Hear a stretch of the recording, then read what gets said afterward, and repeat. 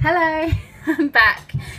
The cakes have just come out of the oven. For those of you that didn't watch earlier, I'm Missy. I blog at Missy B and Family, and I'm taking part in the Great Bloggers Bake Off, which is something that we follow along the Great British Bake Off TV series. Today I've made a coffee and walnut cake, which you can see on my scope from around half an hour ago. Hi Jem. This is the cake that had the walnuts on top. So actually I think that's worked quite well. That's quite nice, the way they've just sort of sunken in. Hi Nev, they've sunken in just a little bit into the top of the cake, which is quite nice. This is the second cake. Now the reason it looks like this is because with some of the remaining coffee, once it came out of the oven, I've drizzled coffee over the top of the cake. When I take them out of the tins, I'm actually going to turn this cake upside down to give it a flat level to sandwich together with the other cake. And I'm going to drizzle some more coffee on the other side of it as well. So this cake should have quite a nice strong coffee flavour. This cake's got more of the walnut flavour. Okay, and so I've got some coffee left over to drizzle into the other side of this one once I take it out of the tin. And I'm now going to make the mascarpone frosting. So I've got mascarpone cheese in this bowl here. I've got icing sugar and I've got double cream in there. I've also got a small amount of coffee that I set aside at the top, at the start. Thank you, Jem. Oh, thank you, Sally. So these ingredients are going to go together to make the mascarpone frosting. Once the cakes are cooled and out of the tin, I'm going to put the mascarpone frosting in between them and just give a light dusting of icing sugar over the top of the top cake as well. Then I've got to try and get it photographed and on my blog in the next 25 minutes, so I think I'm going to need actually some kind of small miracle. I'm going to hand the phone over to Courtney again while I make the filling. For those of you that want to see the full recipe, you'll be able to find it on my blog this afternoon, which is www.missyb-andfamily.com, and you can find me on Twitter and Instagram using the same username as I have here on Periscope. Right, try not to drop the phone this time, Courtney. Right, okay.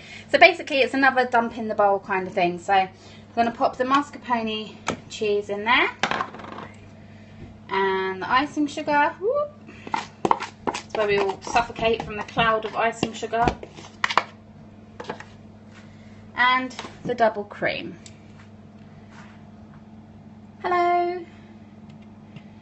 Okay, so I'm going to pour the double cream. So really healthy, this one.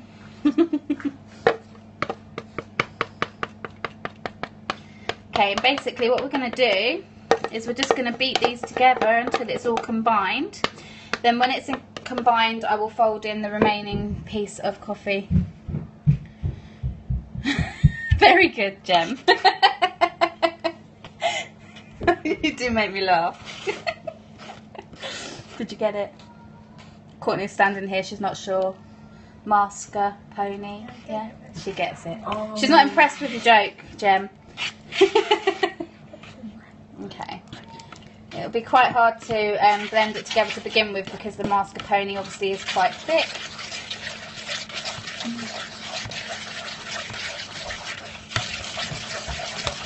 Bearing in mind it's a frosting, we want to beat it until it becomes quite a thick texture as well, but we need to get the lumps out. I would use my electric whisk, but I haven't actually washed the beaters yet from doing the cake.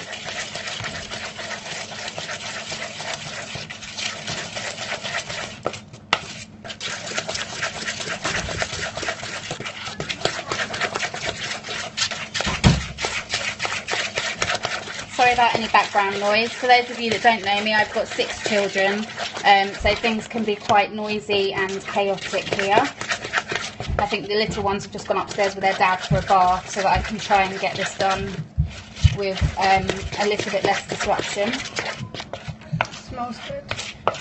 Yeah, it sounds a bit weird using mascarpone cheese for a frosting, but because it's got the icing sugar and the cream, it's actually really tasty. It's coming together quite nicely now. It's getting quite thick, making my arm ache, which is always a good sign. Splattering it up the walls. Still a few little lumps in there that I'm just trying to get rid of.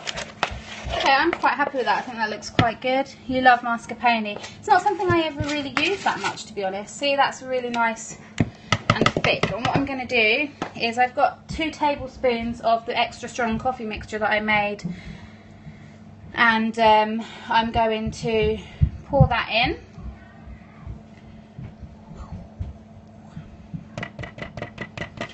And fold it in to the frosting.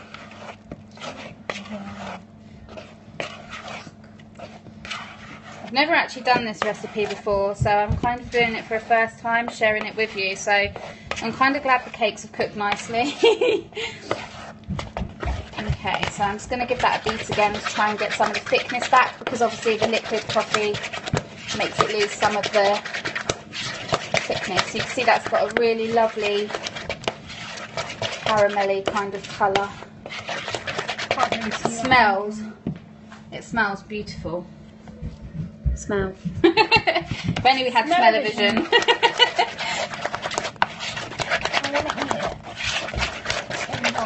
We were naughty and we tasted the cake mixture, which we shouldn't really do because it's got raw egg in it, but if the cake tastes anywhere near as nice as the raw mixture did, then we're on to a winner. You want some? Oh, if only you were closer. I'm not trekking to Wales to give you cake, I'm afraid.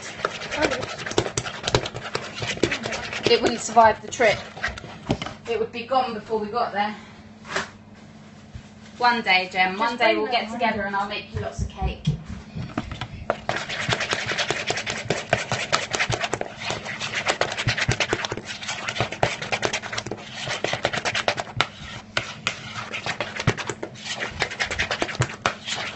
Not getting much thickness back on this now, but to be honest, it's going between the 2 cakes, so I'm just going to kind of dollop it on the cakes, but hopefully it will taste nice.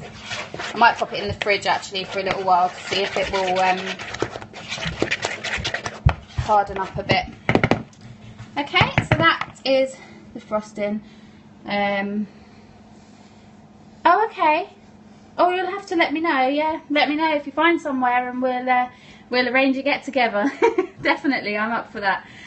So yeah, that's basically how you make the frosting, so that's really quick and easy. So I'm going to pop that in the fridge just because ideally I would like it to be a little bit thicker. That sounds like a very good deal, Jem. I can live with that. I could definitely live with that. We'd have to find somewhere to stay over though, so that we could drink all of that cider. Okay, so there's the cakes again. That's the top cake, that's the bottom cake, which is darker because it's had coffee drizzled on it. Like I said before, I'm going to take it out of the tin and flip it over and put some coffee on the other side of it as well. So you've got your strong coffee flavour, and you've got your walnut flavour, and you've got your nice lightly coffee flavoured mascarpone filling to go in the middle. So for those of you that want to see the cake when it's finished and put together properly, you'll be able to find the full recipe with instructions and photographs on my blog later on this afternoon. And if you want to watch me making the cake earlier, you can catch my replay on here for 24 hours. After that, you should be able to find it on catch.me and search for my name on there and you'll find it. You're very welcome. Thank you for watching. Thank you for all the hearts, and I've got 20 minutes now to put this all together and try and get it on my blog. So wish me luck, guys, and I'll catch you all again soon. Have a great day or evening wherever you are. I really want, yeah, if you try it, I'd love to see the results that you get. So if you are on Instagram or Twitter, post up your pictures and tag me in them. I've got the same username on Instagram and Twitter as I am on here. I would love to see them. Okay, so I'll catch you later, guys. Thanks again. Bye.